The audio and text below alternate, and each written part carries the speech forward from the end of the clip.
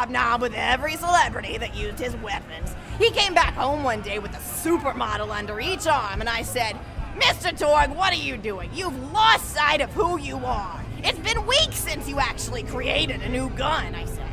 And it was true. He'd been more obsessed with being well known for doing something great than with actually doing something great. It was a dark point in my life. Thankfully, High Five listened to me and got to work on what would eventually become the Kerblaster. You a fan of the Kerblaster? That was always my favorite. That and the Flacker, which I know a lot of people hate. But there's more to combat than just brute efficiency in this old lady's eyes. Style counts for something. And there's nothing quite like filling the air with tiny little explosions. It's like a fireworks show, except the deaths aren't as sad and unexpected. Actually, that reminds me, now that you're here, I wanted to throw some ideas at you for feedback. I'm a playwright in my spare time, and I'm trying to write a story about an up-and-coming tournament fighter who tries to find love in a gladiatorial arena. And I figure you've got a lot of experience, so your feedback would really be valuable. So the play is called Broken Hearts and Broken Necks. Scene 1. Fade in on an arena, just after a battle. Body parts litter the stage. A lone warrior stands in the middle of the stage, a spotlight illuminating her blood-stained armor. She stands, holding her sword triumphantly aloft. Valkyrie. Is there no warrior who can challenge me? Must I be destined to spend my life as the strongest, the bravest, the most invincible warrior this galaxy has seen? For I am Valkyrie, scourge of the gladiatorial games! Exit Valkyrie as she shakes her head in despair. From stage left enter Mildred, a janitor with a heavy heart and an even heavier conscience. He begins sweeping the body parts into a bin, which is colored green, and remember that because that's a symbolic color that will come back, until melancholy overtakes him. He drops his push broom to the floor and falls to his knees before delivering a heart-wrenching soliloquy.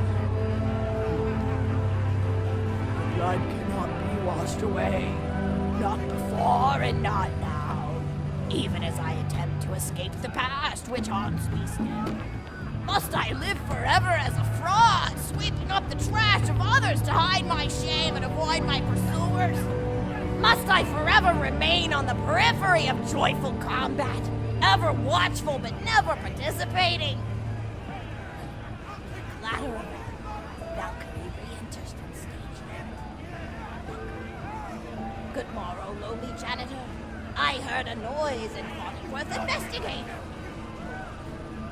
Oh, great one. 'Twas nothing but the wails of those souls you released from their bodies tonight. Souls that wail in agony as they fly upward to Valhalla. Fools! What have they to wail about? Their agonies are over, ended at the point of my sword. Mine, however, have only yet begun, for it is lonely at the top, and an unchallenged life is a boring one. No doubt, aside. If only I were able to tell her my true identity, I would give her a fight she would not soon forget. Back to her. Yes, ma'am, boredom is the true tragedy. May you one day find challenge in combat. Stupid. Nodon picks up a giant two-armed bastard sword with almost no effort. Valkyrie is like, what is this? Excellent. Stage left. Valkyrie. What strength this janitor possessed? Who is he to pick up a bastard sword with 2 fingers? What hidden power does he hold? What secrets does he keep? I will endeavor to uncover his past in the hopes that our swords may cross in battle.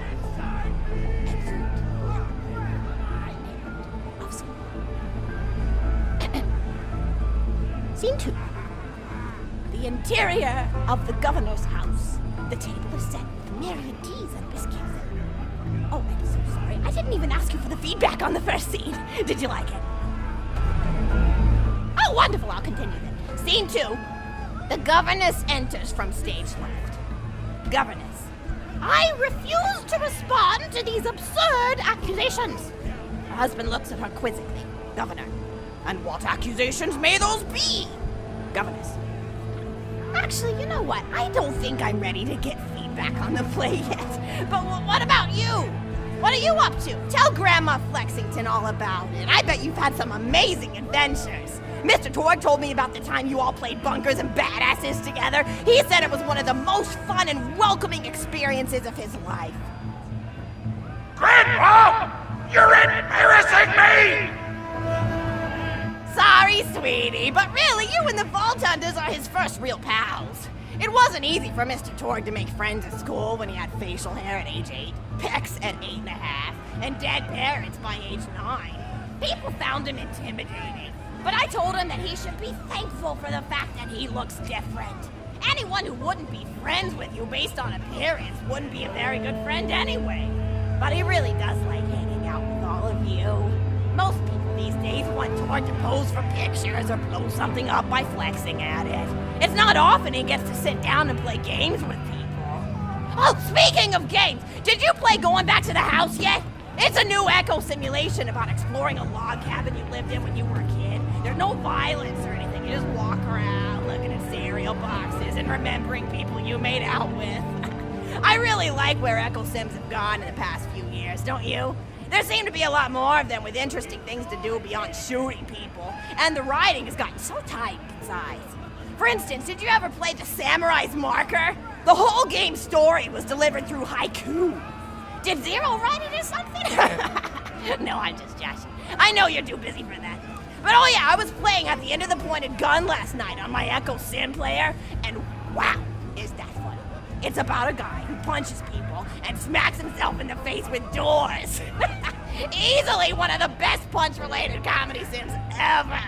But oh, I'm really looking forward to this game called Robot Hunter Assault Squadron, which is this big randomized survival game about throwing bottles at trees and accidentally scaring birds.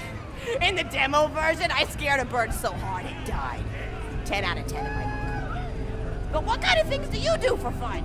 You play any sports? You look like you might be into some of the more extreme stuff, like spine hurdling or psycho head volleyball. I knew an athlete a lot like you when I was younger. Her name was Nijo, and she was especially gifted at the giblet toss. That's an old pastime we had back when I was younger. Idea was you punch a convict, and then see how far you could make their viscera fly across a big field. You got points based on distance and the size of the viscera.